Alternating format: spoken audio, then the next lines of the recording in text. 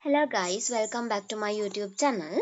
Today our topic is abducens nerve. You know the abducent nerve is the sixth cranial nerve, and today I am going to discuss about the pathway and the nucleus of origin and what is the muscle which supplied by this abducent nerve. Then how you are going to test this abducent nerve function, and also what happens if there is a lesion in the abducens nerve.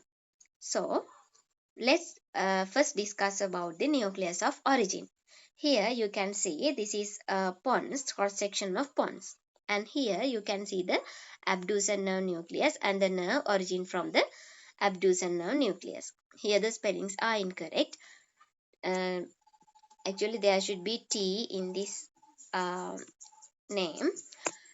And this is the corticospinal tract, this is the medial lemniscus, then facial nucleus, then nucleus of tractus solitarius, dentate nucleus, then you have the middle cerebellar peduncle. This is the facial colliculus.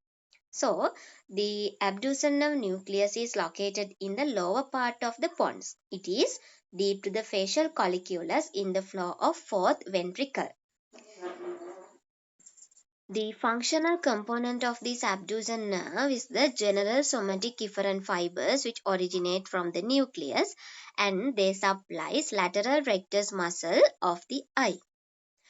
When we talk about the intrapontine course of the abducens nerve, the axons of abducens neurons pass anteriorly through the tegmentum and basilar part of the pons lying close to the midline.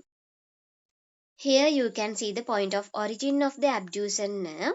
Here this is the lateral rectus muscle. You can see the abducens nerve supplies the lateral rectus muscle, and this abducens nerve emerge from the pontomedullary junction cranial to pyramid. Actually, in this area you have the pyramids in the brainstem. So it is cranial direction to the pyramids or the superior to the pyramids. In the pontomedullary junction, you have to remember what is the point of emergence of this abducens nerve. When we talk about the intracranial course of this abducens nerve, the abducens nerve runs upward, forward and laterally to pierce the dura mater lateral to the dorsum sellae. In this area, lateral to the dorsum sellae and of the sphenoid bone. Here you can see this is the trigeminal nerve. Here are the three divisions of the trigeminal nerve: ophthalmic division, then mandibular division and maxillary division. Then you have the abducens nerve here. This is the abducens nerve, and this is the lateral rectus muscle. Here you can see the nerve supplies to the lateral rectus muscle. Then this is the trochlear nerve. You can see it is supplied to the superior oblique muscle. Here in this side also, this is the trigeminal nerve, abducens nerve and trochlear nerve. This is the optic chiasma. After reaching the upper border of the petrous part of the temporal bone, this abducens nerve takes a sharp bend to enter into the middle cranial fossa. This area is the middle cranial fossa. At the apex of the petrous temporal bone, it enters into the fibroosseous canal, which is formed by the apex of the petrous part of the temporal bone. And then it enters into the cavernous sinus. In this area, you have the cavernous sinus. This is the sphenoid bone, and here is the cavernous sinus. So it enters into the cavernous sinus and it lies in the floor of the cavernous sinus in lateral relation to the internal carotid artery. Abducens nerve is vulnerable to compression in conditions of raised intracranial pressure due to its long subdural course. Not subdural course, sorry. It has a long subarachnoid course and a sharp bend over the petrous temporal bone. So this abducens nerve is more vulnerable to damage when there is rise in intracranial pressure. What is the reason? Because it has a long subarachnoid course. Then It passes through the medial part of the superior orbital fissure enclosed in the tendinous ring. Then inside the orbit, abducens nerve travels forward and laterally and then enter into the ocular surface of the lateral rectus muscle. Here you can see the abducens nerve in the ocular surface of the lateral rectus muscle. Then you have to know what happens if there is a lesion in the abducens nerve or abducens nerve palsy. If there is a unilateral lesion of the abducens nerve or its fibers in the pons, the affected eye is adducted. That means it turns towards the nose due to paralysis of lateral rectus muscle. You know, lateral rectus muscle is responsible for the abduction. It is responsible for the abduction here in this side. That means outside from the midline, abduction of the eyes. So if there is paralysis in the lateral rectus muscle here, what happens? It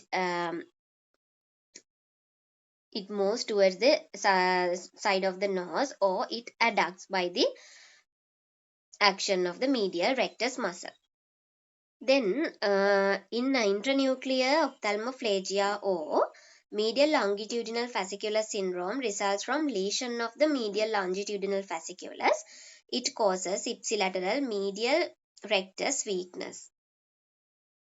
That point is little bit advanced, so you have to remember that if there is a unilateral lesion of the abducens nerve, there is the adduction of the eye in the same side.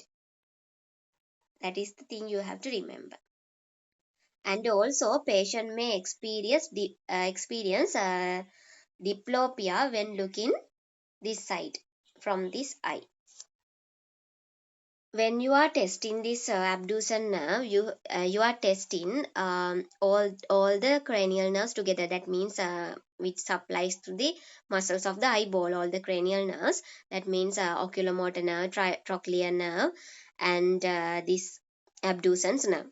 The oculomotor nerve, trochlear, and abducens nerve innervate the muscles of the eyeball. You know already, because I discussed in my previous videos about the oculomotor nerve, trochlear nerve, and you already know how to examine these ocular muscles. To examine these ocular muscles, you have to fix the patient's head, and he or she is asked to move the eyes in turn to the left, to right, upward, downward, as far as possible in each direction. And in a sixth nerve paralysis, the patient cannot turn the eyeball laterally when looking straight ahead. Lateral rectus is paralyzed, and unopposed medial rectus muscle pulls the eyeball medially, causing internal strabismus. Actually, this condition is called as internal strabismus.